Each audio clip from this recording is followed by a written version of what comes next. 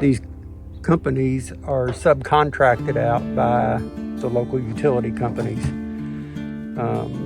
Probably everywhere everybody is, you'll see Wright Tree Service, no numbers on their trucks or anything, and they are all over the country and in other parts of the world, and that's all they do is go and clean under power lines and chip it up.